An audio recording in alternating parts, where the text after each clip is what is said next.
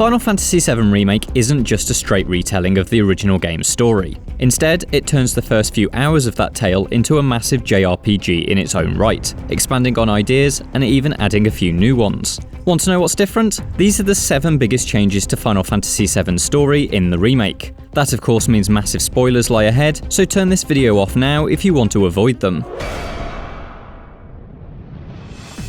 Unlike in the original game, Avalanche is not a tiny ragtag band of warriors. Instead, it's a much larger organisation with multiple cells, of which Barrett's team is just one.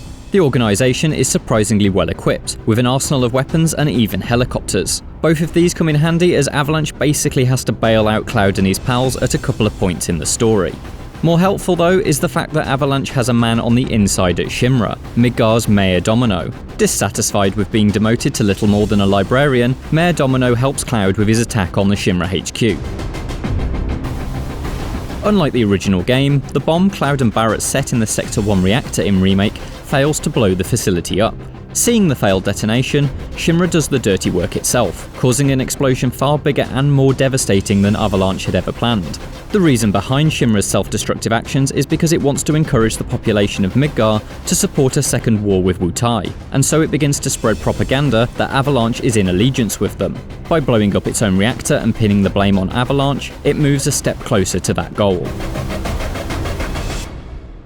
One new location in Final Fantasy VII Remake is the Sector 7 employee housing area on Midgar's upper plate. Here, Cloud visits Jessie's family home. Her mom's great pizza isn't the biggest addition to this sequence though. It also introduces a new villain in the form of Roche, a flamboyant member of Shinra's elite soldier division. This mission is Roche's first and only appearance in the whole game, but it's pretty memorable thanks to some absurd motorbike acrobatics and a boss fight that sees Cloud 1v1 him within a circle of Shinra guards, as if they were in a Midgar sword fighting club. While exploring the wreckage of Sector 7 after Shinra drops a chunk of city on it, Barrett and Tifa discover a secret underground lab populated by an army of angry fishmen?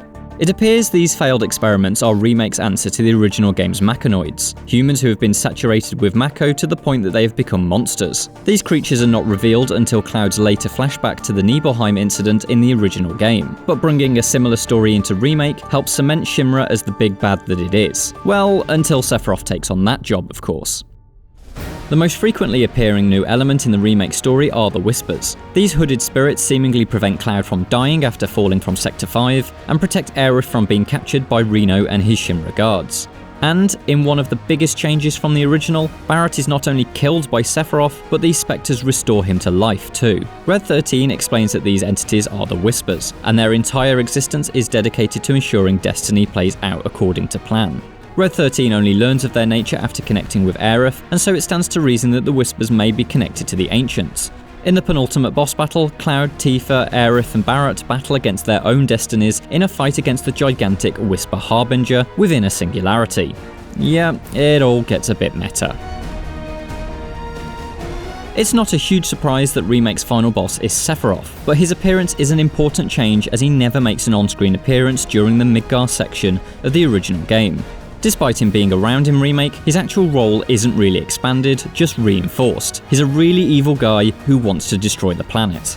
In addition to Sephiroth, we also get a new battle with his quote-unquote mother. After Sephiroth breaks into the Shinra building, he unleashes the creature Jenova against Cloud in the form of Jenova Dreamweaver, providing a high-stakes boss battle in the remake's final hours. Here we go. The biggest and no doubt most controversial change to Final Fantasy VII's story is the reveal that Zack Fair is alive. Maybe. Sort of.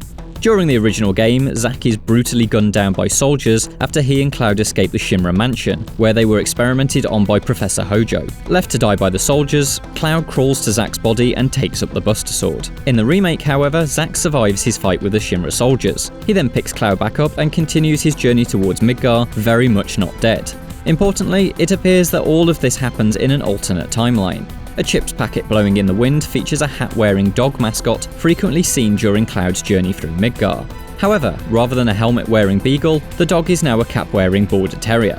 This seemingly points to an alternate reality, although quite how this ties into Cloud's reality remains to be seen. And there we have it, the 7 biggest changes to Final Fantasy VII Story in Remake. There are plenty more changes of course, so why not share your favourites, or even the ones that annoyed you, in the comments.